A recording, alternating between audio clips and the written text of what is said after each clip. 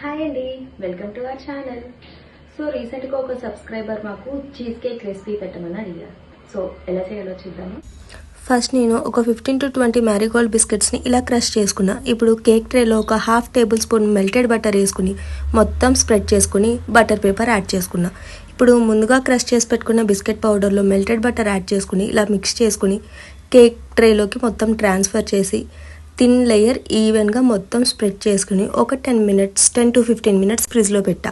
ఇప్పుడు బౌల్లోకి ఒక కప్ హంకర్డ్ తీసుకోవాలి. హంకర్డ్ అంటే ఏం లేదండి, నార్మల్ పెరుగుని ఓవర్ నైట్ ఒక స్ట్రైనర్లో స్ట్రెయిన్ చేసుకుంటే ఈ థిక్ పేస్ట్ వస్తుంది.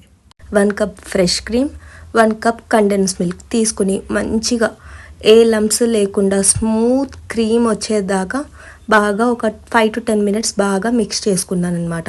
ఇప్పుడు ఒక 1 టేబుల్ స్పూన్ వెనీలా ఎసెన్స్ని దాంట్లో యాడ్ చేసుకున్నా అండ్ ½ లెమన్ జిస్ట్ని కూడా యాడ్ చేసుకుంటున్నాను. ఇప్పుడు మంచిగా మిక్స్ చేసేసుకొని మనం ముందుగా ఫ్రిడ్జ్లో పెట్టుకున్న కేక్ ట్రేని తీసి దాంట్లోకి ఈ బ్యాటర్ అంతా ట్రాన్స్ఫర్ చేసేసుకోవాలి.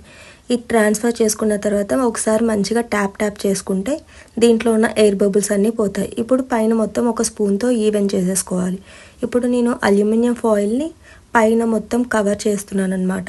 స్టీమ్ చేసుకోవడానికి మొత్తం ఎయిర్ వెళ్ళకుండా ఇంకా వాటర్ వెళ్ళకుండా కవర్ చేసేసుకుంటున్నాను. ఇప్పుడు ఒక 40 to 50 మినిట్స్ స్టీమ్ చేసేసుకోవాలి. స్టీమ్ అయిన తర్వాత ఒక 3 to 4 hours ఫ్రిడ్జ్లో పెట్టుకోవాలి. ఇదిగోండి, ఫ్రిడ్జ్లో నుంచి తీసిన తర్వాత ఇలా ఉంది. దీన్ని నేను డీమోల్డ్ చేసేసుకున్న తర్వాత చాక్లెట్ స్ప్రెడ్ని మొత్తం పైన ఈవెన్గా స్ప్రెడ్ చేసుకుంటున్నాను. ఇలాగా మీ ఇష్టం, మీరు స్ట్రాబెర్రీ కానీ బ్లూబెర్రీ కానీ మీ ఇష్టం మ్యాంగో కానీ ఏదన్నా యాడ్ చేసుకోవచ్చు పైన మీకు నచ్చిన ఫ్లేవర్ని. నేను ఇలా చాక్లెట్ స్ప్రెడ్ని యాడ్ చేసుకున్న తర్వాత కొంచెం టెక్స్చర్ ఇవ్వడం కోసం ఇలాగా చేసుకున్నాను.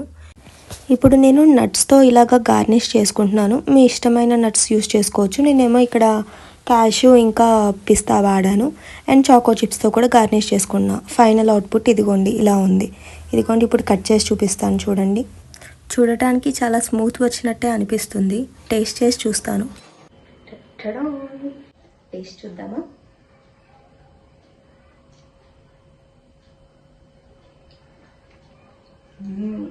చాలా ఏమీ వచ్చిందండి.